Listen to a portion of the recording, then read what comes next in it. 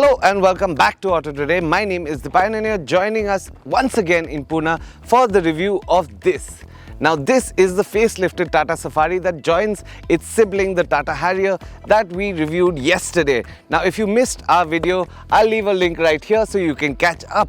But if you're here for the Safari, let's jump straight into the design, because that's where Tata say they've drawn the maximum differentiator from the past two models of the Harrier and the Safari into this one, where the Safari stands apart as the pinnacle and a flagship, so to speak, for Tata, which means there are a lot of design elements that actually set the Safari apart from the Harrier. So let's jump straight into the design and let me tell you what's different.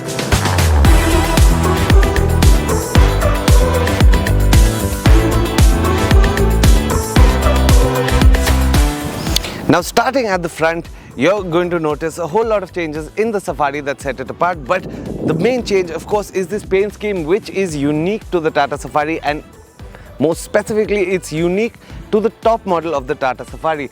That said, you also get themes in the body that match the color and the persona that you picked. Like this one gets bronze accents on the grille to match the paint, and I think that looks really brilliant.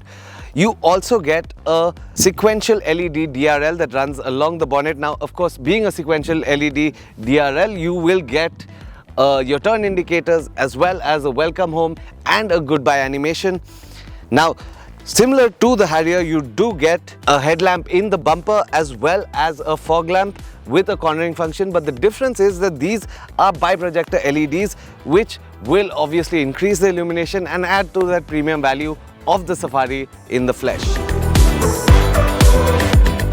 Now moving on to the side, you do get aerodynamic elements like this air dam in the front bumper that feeds air to the wheel and effectively cools the brakes, but you also get aerodynamic 19-inch alloy wheels that help cut the air and send it along the body. Now the major difference that you're going to notice along the side of the Safari as opposed to the Harrier are the fact that there are a lot of straight lines and sinews in the metal that indicate the Safari's standaloneness and uniqueness from the Harrier and reflect on the difference of this being Tata's absolute flagship car. Now that is something that the designers have really brought out well. Of course, along the side you also get the new Safari motif, which again, like the Harrier, is spaced out, but that continues to the rear wheel, where you also have an aerodynamic splitter like on the front that leads out here, and a 19-inch aerodynamic wheel as well.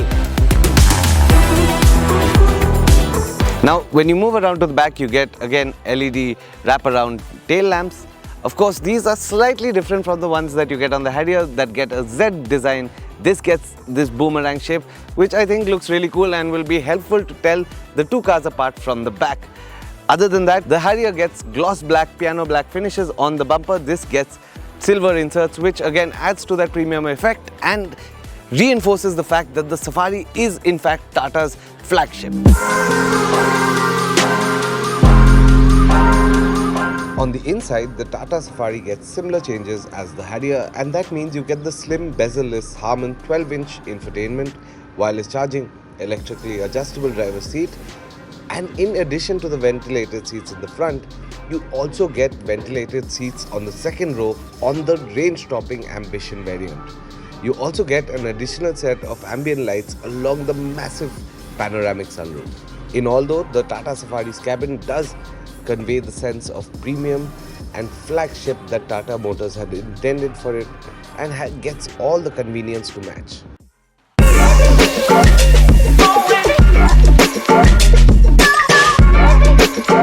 And you're joining us from the driver's seat of the new Tata Safari, and being a facelift, the one thing that we know is that not a lot has changed under the hood, which means that you still have the 2-litre Cryotech 170 engine, and that means you get 170 bhp and 350 Nm of torque. This particular car has the automatic 6-speed gearbox, which is a torque converter, but you can have it in a 6-speed manual as well, like the one that we drove on the Harrier.